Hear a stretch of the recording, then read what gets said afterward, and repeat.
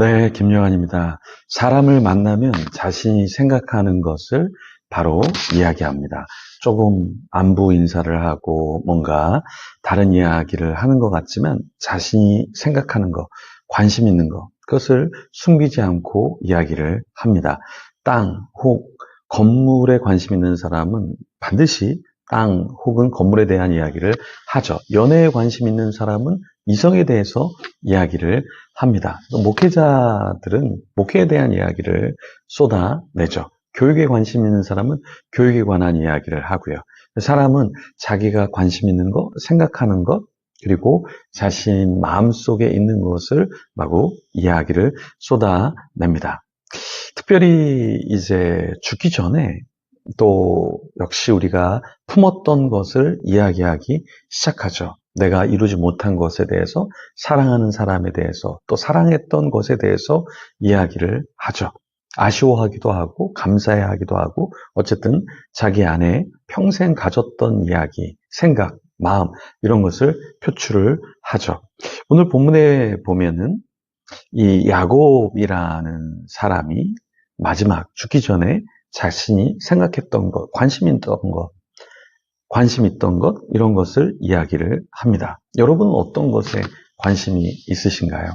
어떤 것을 많은 사람들에게, 어떤 사람을 만나면 가장 많이 이야기를 하나요?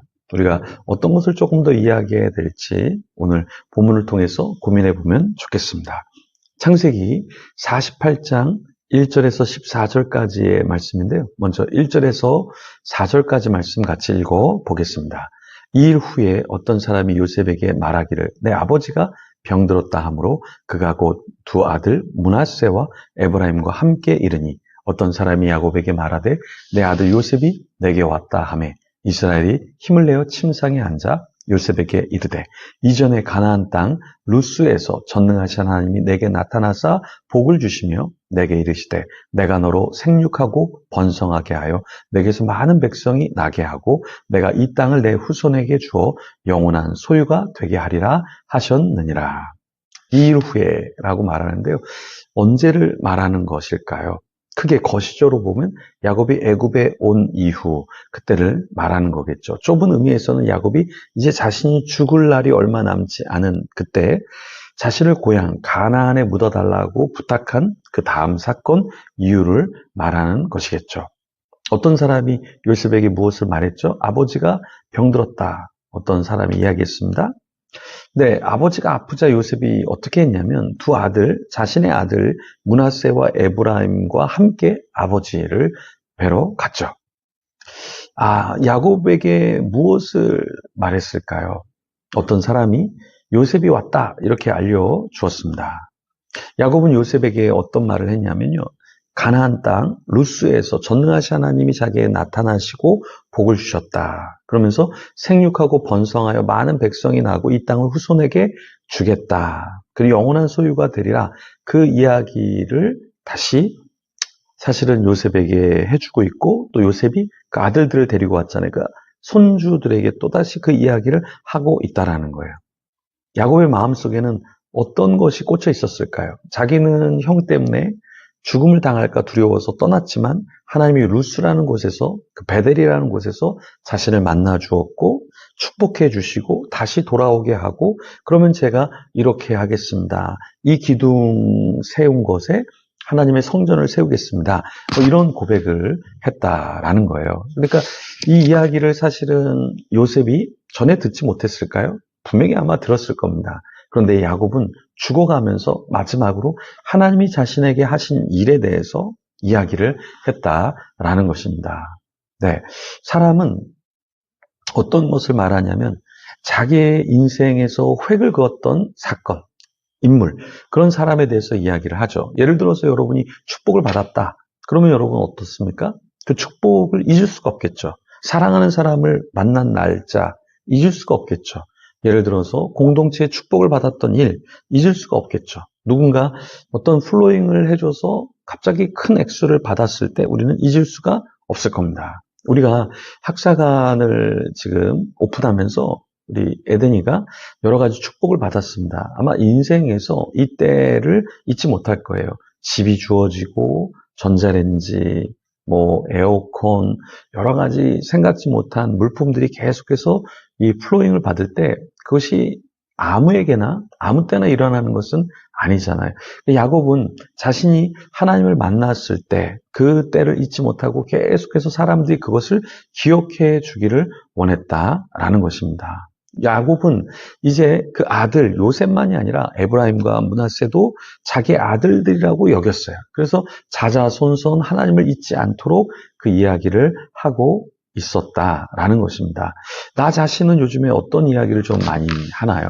자녀에게, 가족에게, 주위 사람에게 어떤 영적인 이야기를 많이 하고 있습니까? 야곱은 이 평생토록 자신이 은혜 받았던 이야기를 계속해서 했죠. 야곱은 라헬에 대해서도 이야기를 했는데 어떤 이야기를 했냐면 7절에 보면 요셉의 어머니가 되는 라헬은 야곱을 따르던 중에 가나안 땅에서 죽었다. 그러면서 다시 자기가 사랑했던 여인에 대해서 이야기를 하면서 그 요셉의 어머니에 대한 이야기를 했죠. 그리고 그 어머니가 죽은 땅은 에브랏, 그곳에 아내가 죽었다라는 이야기를 했죠. 에브랏 길에 장사를 했다. 그러면서 자신이 사랑했던 그 여인, 요셉의 어머니에 대한 이야기를 했습니다. 그때 에브랏은 어디냐면 베들레헴 지역을 말하는 것이었죠. 야곱이 요셉의 아들들을 보고 이제 누구냐라고 물었을 때 요셉이 자기 아들들 에브라임과 므낫세다 이렇게 이야기를 했죠. 야곱이 잘 보지 못하니까 이 요셉이 자기 아들들을 소개해 준 것이죠. 그 두 아들을 이끌어 아버지 앞으로 나아갔죠. 그때 야곱이 입 맞추고 그 아들들을 안아줍니다. 네. 그리고 나서 어떻게 했냐면 축복을 해주죠. 근데 축복을 해줄 때 이 야곱이 장자의 축복을 장자에게 주는 것이 아니라 에브라임을 야곱의 왼손을 향하게 하고 므낫세는 야곱의 오른손을 향하게 해서 형과 동생을 축복할 때 스위치해서 축복을 하게 되죠. 사실은 야곱도 형보다 자기가 더 축복을 받았잖아요. 장자권을 누렸잖아요. 그런데 그 손자들에게도 역시 손을 크로스하면서 장자권이 장자가 아닌 동생에게 가게 했었죠. 참 우연이라고 하기는 그렇지만 어쨌든 이런 일이 벌어졌습니다.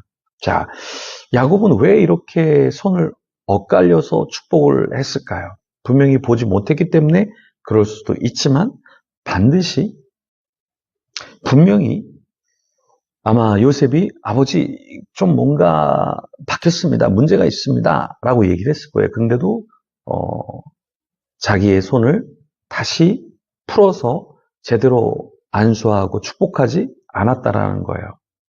우연의 산물일 수도 있지만 이것도 어떻게 보면 큰 하나님의 계획 속에 들어있는 것이겠죠. 어쨌든 에브라임과 이 므낫세는 서로 다른 축복을 받게 되면서 결국에 므낫세 그 야곱의 오른손을 향하게 했었지만 어떻게 됐습니까? 그 축복을 결국에 받지 못했죠. 오른손을 차남 에브라임 머리에 얹고 왼손을 므낫세의 머리에 얹게 되었죠. 결국에 에브라임이 이제 먼저 된 자가 되었고 왼손의 축복을 받은 므낫세가 이제 그 축복을 놓치게 되었죠. 그래서 우리는 므낫세 에브라임이 아니라 에브라임과 므낫세 이렇게 이야기를 하게 되었습니다. 자, 하나님의 축복이 때로는 나에게 와야 될 것 같은데 다른 사람에게 가는 경우도 있고요. 하나님의 축복이 저쪽으로 가야 되는 것 같은데 나에게도 주어지는 경우가 있습니다. 근데 하나님은 왜 그렇게 하실까요? 왜 하나님이 우리 품는 교회를 축복해 주고 계실까요?